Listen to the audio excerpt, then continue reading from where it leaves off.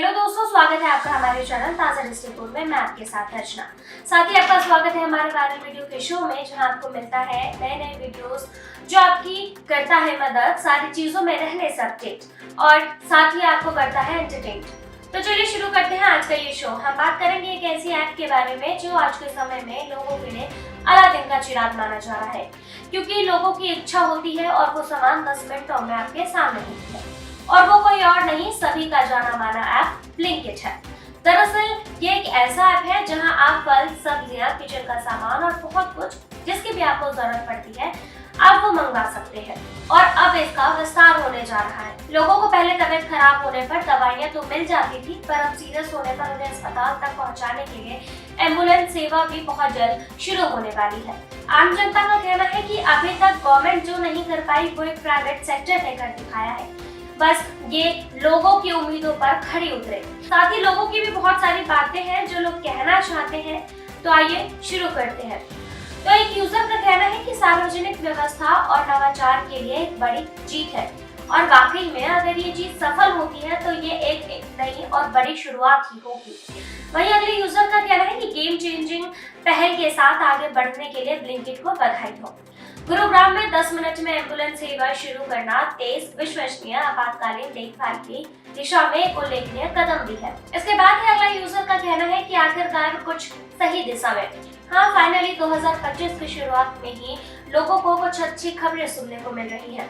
अगले यूजर का कहना है कि उम्मीद है कि वो अन्य शहरों में दूर दराज के स्थानों तक भी विस्तार करेंगे। एक बहुत ही जरूरी सेवा। जिसके बाद ही अगले यूजर का कहना है कि पर साथ ही यहाँ बहुत से ऐसे लोग भी हैं जो हर चीज में बुराइयां ढूंढ लेते हैं।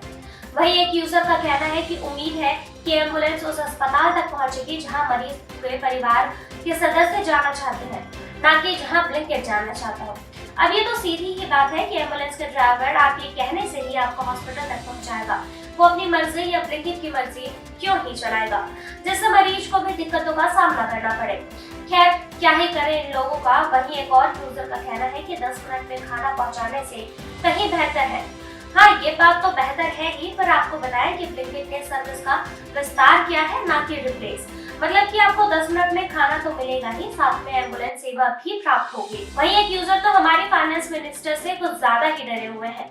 वो उनको अपने कमेंट में मेंशन करके कहते हैं कि हाथ जोड़कर विनती है कि इस पर टैक्स न लगाइए ताई। वहीं आपको इस एम्बुलेंस की खासियत बताएं तो इसमें एक oxygen cylinder, automated external defibrillator, stretcher, monitor, section device और कई जरूरी आपातकालीन दवाइयां और इंजेक्शन जैसे महत्वपूर्ण जीवन रक्षण उपकरणों से लैस लाइफ सपोर्ट वाहन शामिल होंगे, जिसमें कि अगर रास्ते में जाते जाते तक भी अगर किसी को जरूरत पड़े तो उसका प्राथमिक उपचार किया जा सके। खैर, हम बढ़ते हैं अपनी अगली वीडियो की तरफ।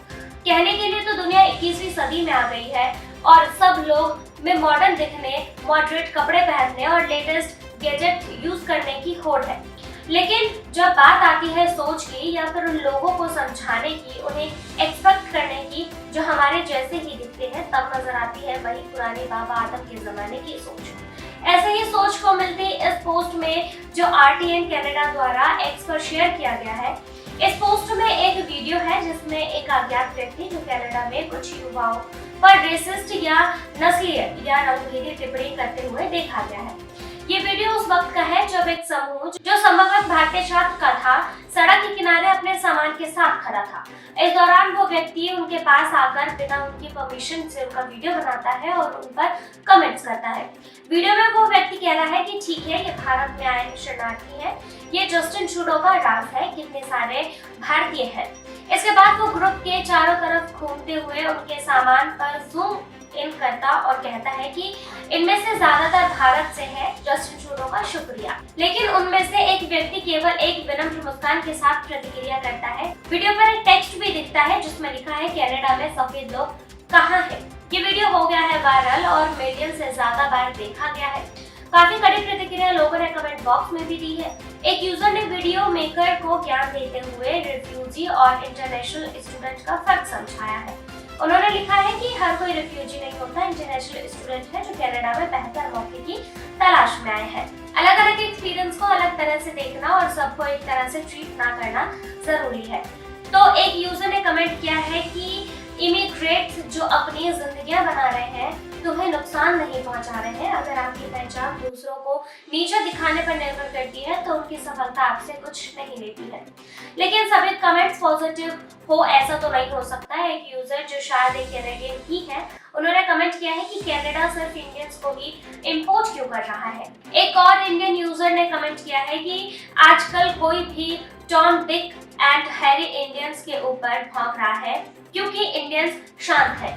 एक बार ये जवाब देना शुरू करेंगे तो सब भाग जाएंगे। हालांकि ये काफी एक्सट्रीमिस्ट अप्रोच है चीजों को देखने का, क्योंकि दूसरे देश में कोई भी इंसान लॉ एंड ऑर्डर सिचुएशन में नहीं फंसना चाहता।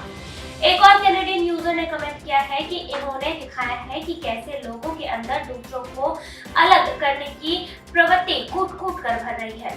इन्होंने कमेंट किया है कि ये भारतीय कभी हमें नहीं मिल सकते। ये लड़का वीडियो शूट करने वाला यूरोपियन है और हमारी संस्कृति और वैल्यू एक जैसे है। फिर ये लिखते हैं कि इंडियन इमिग्रेंट्स की पीढ़ी तो हमारे साथ बिल्कुल नहीं मिल सकती है, लेकिन उन्होंने यहाँ साफ किया है कि पिछली वाली हिल मिल गई थी।